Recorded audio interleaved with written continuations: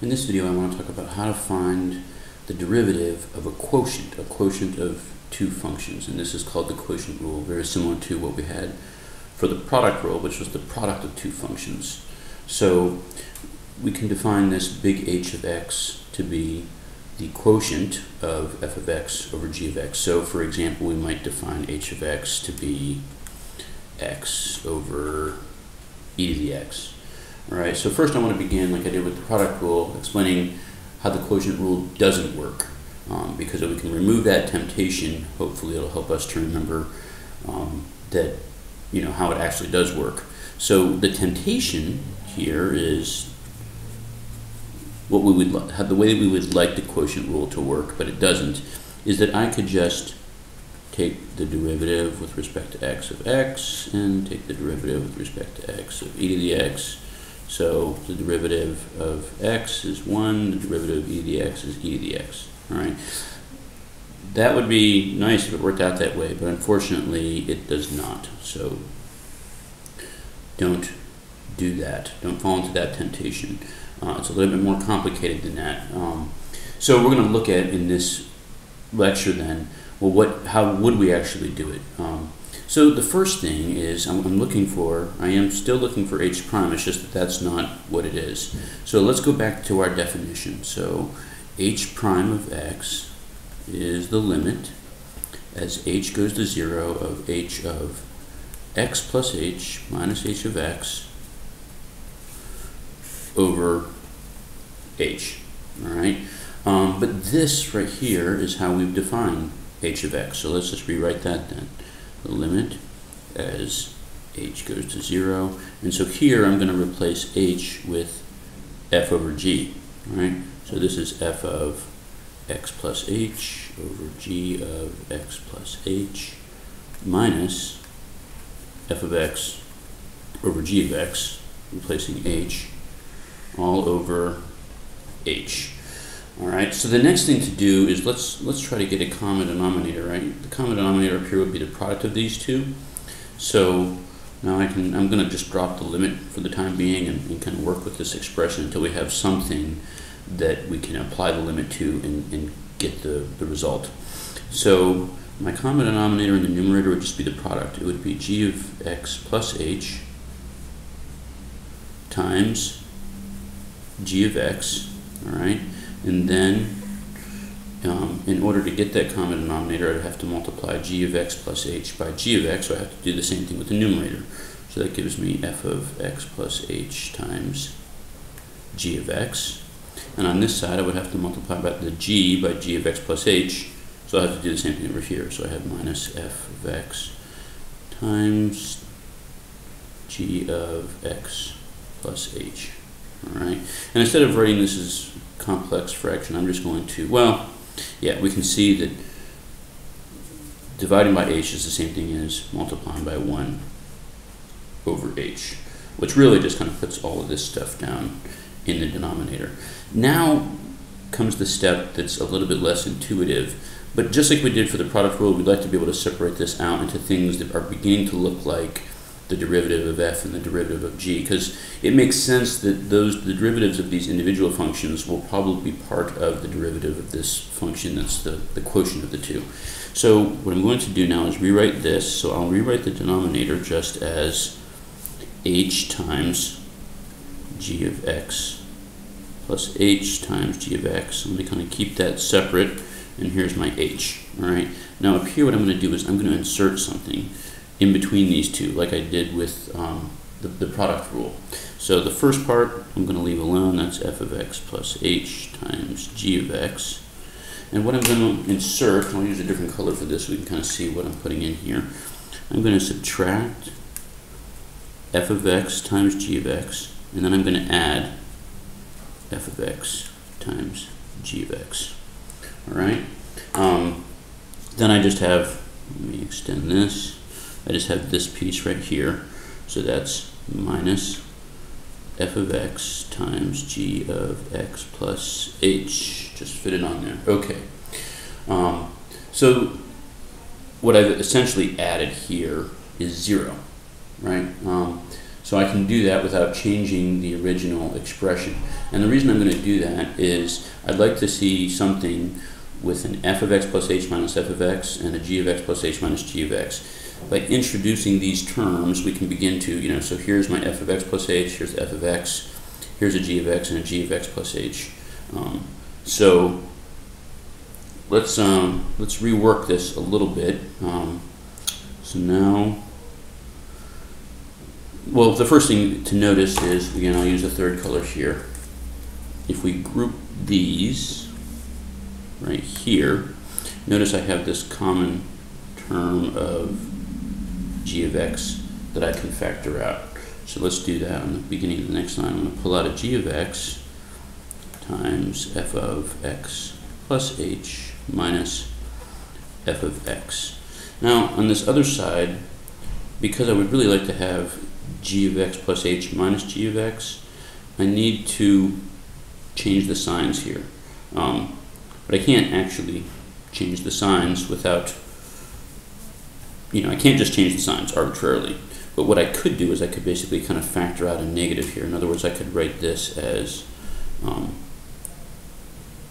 minus f of x, g of x plus h, minus f of x, g of x. And that gets in there, right? Okay, does that make sense? Because now, if I subtract this whole thing, this is negative, just like it's supposed to be right here. And then the minus and negative makes this positive, all right? So that will work. And notice again, I've got this common factor of f of x that I can factor out. Okay, so I'm going to bring down, that's going to be minus.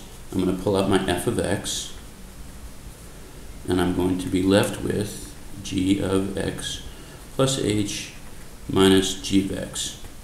All right, and you could expand this back out and see that we actually do, that the signs do agree here. It's just basically kind of factoring out a -1. All right, but we wanted it to be in this form and in this form because that's what the definition of the derivative looks like. And then the denominator is unchanged. All right, so actually just kind of continue that line here.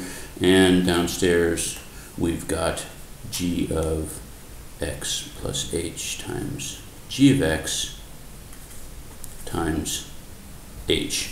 Now, I'd like to get rid of this h. Really, where I want the h is I want the h underneath here and underneath here, right? Because then when I take the limit, this will become f prime, this will become g prime. So one way to take care of that is I can multiply by 1 over h over 1 over h. So that gets rid of this one because 1 over h times h is just 1. And then this will allow me to introduce this h in the denominator of this term and this term, right? It multiplies through. It distributes across, so I would get an h in the denominator here and an h in the denominator here. So let's look at that for our next step. So I would end up with g of x, and then I would have this f of x plus h minus f of x, and then this h distributes over to that denominator, so I have this minus f of x, and then I would have it here, right? So so this goes in this denominator here, g of x plus h minus g of x over h. And then downstairs, like I said, these h's multiply to 1, just leaving me with g of x plus h times g of x.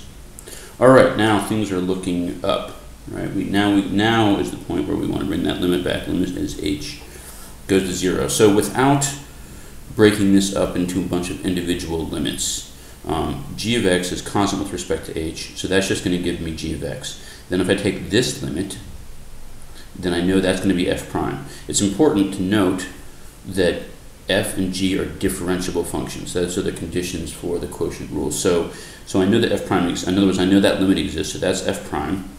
So let me just start writing this down now. So I'm going to get g of x times f prime of x minus, and again, limit of f of x as h goes to 0 is just f of x because there is no h in it.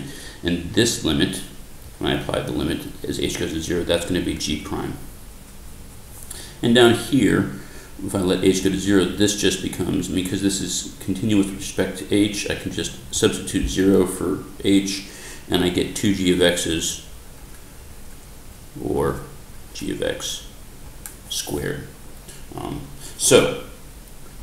I just want to write this in a way maybe that would be easier to remember.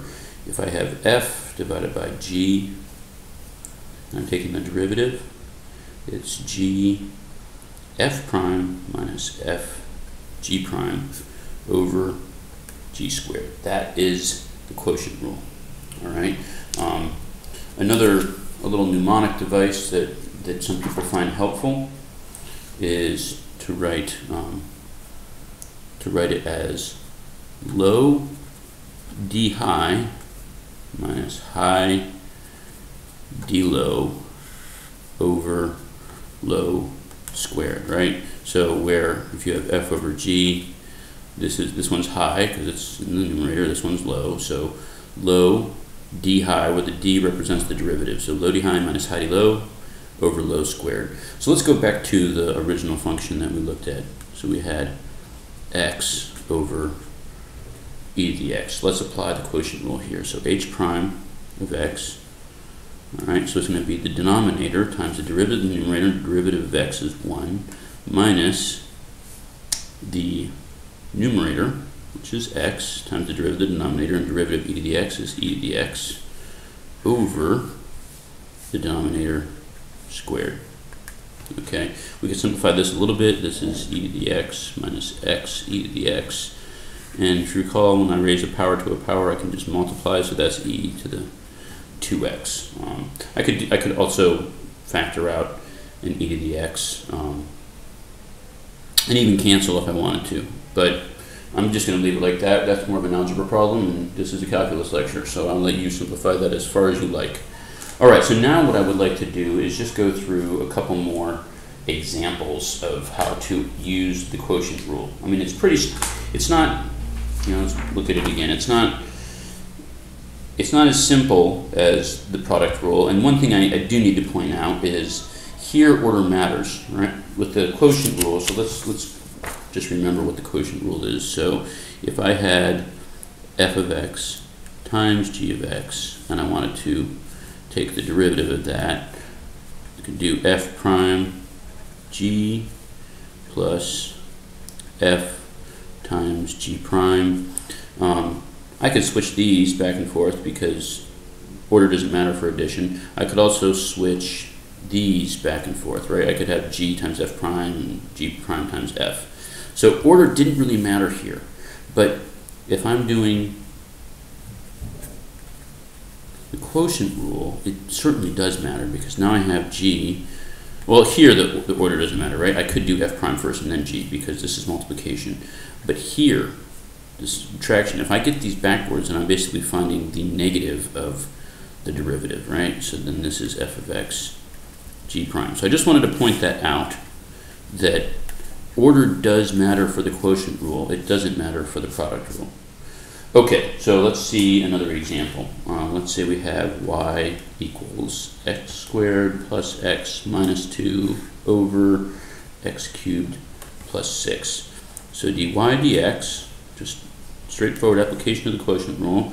We have the denominator function times the derivative of the numerator. So the derivative of this is going to be, that is 2x, that's 1, and that's 0. So I'm just left with 2x plus 1 minus the numerator function plus x minus 2 times the derivative of the denominator. Well, the derivative of this is 3x squared, and the derivative of 6 is 0. So that just gives me 3x squared all over x cubed plus 6 squared.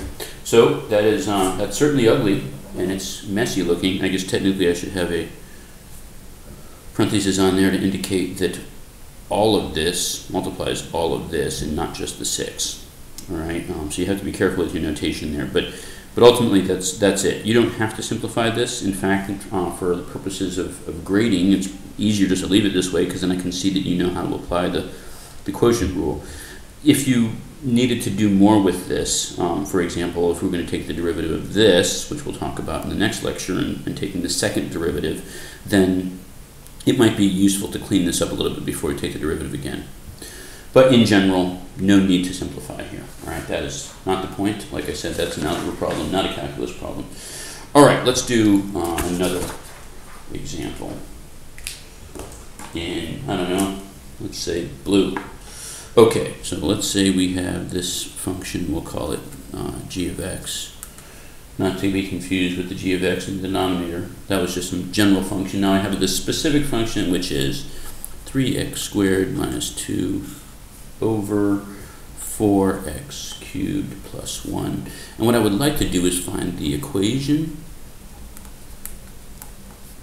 of the tangent line at x equals 1. So first I need the slope of the tangent line, right? And the slope of the tangent line at x equals 1 is g prime of 1. So what we'd like to do is find g prime of x and then just substitute 1.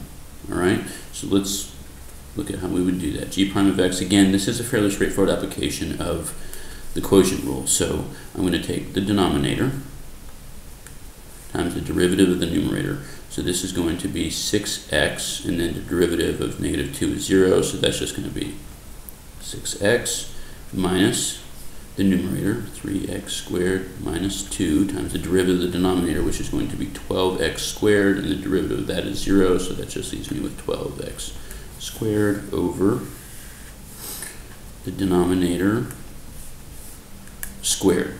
Now I could simplify, but again, I'm not sure how helpful that would be to simplify this algebraically, because ultimately I'm going to substitute 1 for x, and that will, I think it'll be easier to simplify this after we substitute 1.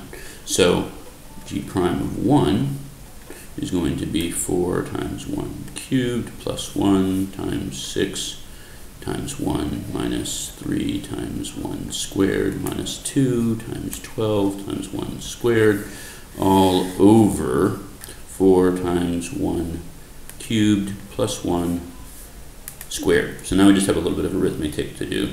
Given that we're using the value 1, it's not so bad. So this is 4 times 1 cubed, that's just going to be 4 plus 1 is 5 times 6 minus, and so here I have 1 squared is 1 times 3 is 3 minus 2 is 1, and then that of course is just going to be 12. And then down here, well, this is the same expression as this, which we found to be 5, so that's 5 squared. So one more step here, we have 30 minus 12 over 25, which is 18 over 25. So that is the slope of the tangent line. To find the equation, we also need a point on the tangent line, so we can go with the point of tangency. In other words, what is g of 1? When x is 1, what's the y value? Well, that's going to be 3 times 1 squared minus 2 over 4 times 1 cubed plus 1. Well, that's 1 over 5. So here's this is my x value. There's my y value, so the point is 1/5. Here's my slope, so I have y minus 1/5 equals 18 over 25 times x minus 1. There's the equation of my tangent line. Okay, so that was one more example. And then I'm going to finally do one last example using the quotient rule. Give that color a breather. Let's try something like h of x equals 3x squared plus 2 times the square root of x over x. All right, so h prime, again, is the denominator times the derivative of the numerator. So this first piece is just going to be 6x.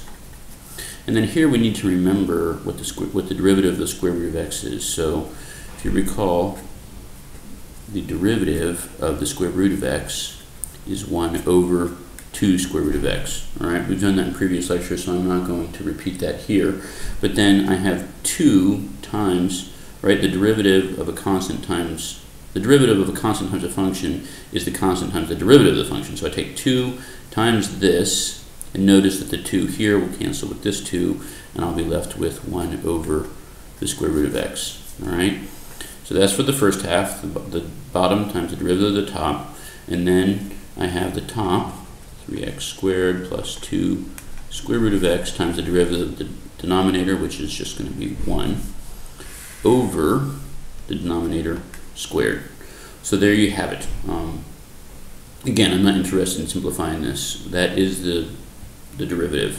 What I want to point out here, though, with this example is that the quotient rule isn't always the simplest way or the easiest way to find the derivative. It'll certainly always work, but sometimes we can simplify what we started with in order to make our lives a little bit easier. So if I take h of x, and I'm just going to rewrite this as 3x squared over x plus 2 square root of x over x. Does it make sense? Hopefully that this is equivalent to this, right? I have a common denominator here, so I could combine them into one term. Well, I can go the other direction as well and separate this into 2, right? Now, this first piece simplifies just to 3x, and if we think of x as square root of x times the square root of x, then I can divide out one of them, and I'm left with 2 over the square root of x. All right, so this is algebraically equivalent to what I started with. So this looks like it's much simpler to take the derivative of, especially if I rewrite this. So let's rewrite this one more time. Remember that square root of x is x to the 1/2, and then I can take, if it's in the denominator, I can rewrite it as 2 times x to the negative 1/2. Now I basically rewritten everything as basically x to some power, and I can just use the power rule. So now h prime, if I'm using this as h, well, the derivative of 3x is 3. The derivative here, using the power rule, I take the 2 and I multiply by negative 1/2. I get negative 1, so that's negative, I'm not going to write 1, we don't usually do that, negative 1 times x, and then I have to subtract 1 from that, so that would give me negative 3/2. So what I want to, again, the point of this example was to show you that first, if you can simplify this, sometimes you can avoid the quotient rule, which is a lot more complicated. So not only was taking the derivative much simpler, but I ended up with something that's much nicer in terms of it's much simplified. We certainly could work with this algebraically and get it down to here, but that's a lot more work than I want to do. If you like to do that sort of thing, then knock yourself out. But again, it kind of depends on what we're going to do with it, right? If I had to take the derivative of this, then this is a whole lot easier to take the derivative of, right? If I wanted to find the second derivative, so here's a sneak preview of the next lecture. If I wanted to find the second derivative, this is going to be very simple to take the second derivative of. This, not so much. So, just take a look at what you're doing. Think about what you're doing before you just apply these rules mindlessly.